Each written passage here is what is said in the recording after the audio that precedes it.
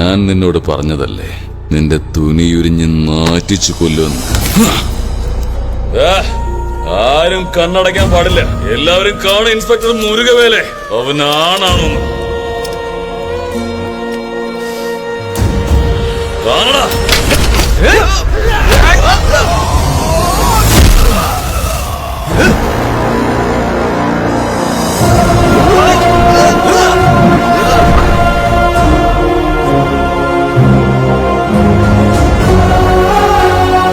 നീ തല്ലിയത് ആരെയാണെന്ന് അറിയാമടാ? എന്റെ ചേട്ടൻ ഒരുത്തനെ തൊടാൻ സമ്മതിക്കില്ല.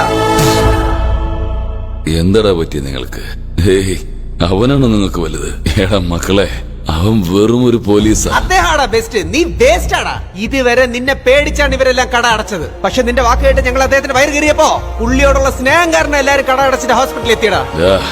ഈ നാഴിയരിക്ക് വകയിലെ തെമ്പോക്കികൾക്ക് കടയടച്ച അവരൊക്കെ മാസാവോ? മരിക്കാൻ പോകുന്നവന്റെ പിന്നിൽ എന്തിനാടാ മക്കളെ നിൽക്കുന്നേ? നിങ്ങൾക്ക് വലിയ തെറ്റാ പറ്റിയ മക്കളെ. നിങ്ങളുടെ മുരുകവേല് മരിക്കാൻ പോവാ. അവനോടൊപ്പം നിങ്ങളെയും ഞാൻ കൊല്ലും.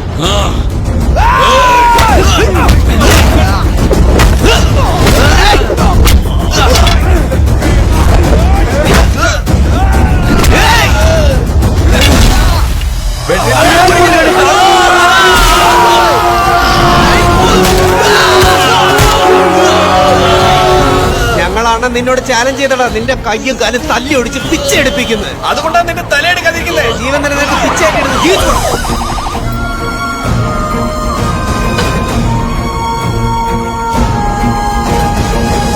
പ്രശസ്ത ഗുണ്ടയായ പത്മയുടെ കൂടെ കൂലിത്തല്ലിനായി പ്രവർത്തിച്ചിരുന്ന 8 ബാലകന്മാർ കമ്മീഷൻ ഓഫീസിൽ കീഴടങ്ങി. ദുഷ്ടന്മാരാണ് ഈ ലോകത്തിൽ വിജയം കൈവരിക്കുന്നവർ.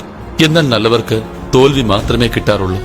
അതുകൊണ്ടാണ് ഇന്നത്തെ ചെറുപ്പക്കാർ ഒരു കുറ്റവാളിയാകണമെന്ന് ആഗ്രഹിക്കുന്നത്. നമ്മുടെ അടുത്ത തലമുറ ഈ ആപത്തിനെ നോക്കി യാത്ര ചെയ്തുകൊണ്ടിരിക്കുകയാണ്. ഇത് തടയണമെങ്കിൽ നിങ്ങൾ എവിടെ നല്ലവരെ കണ്ടാലും അവരെ ജയിപ്പിക്കണം. ഇത് നമ്മുടെ നാടിന് മാത്രമല്ല, നമ്മുടെ വീടിന് നല്ലതാണ്.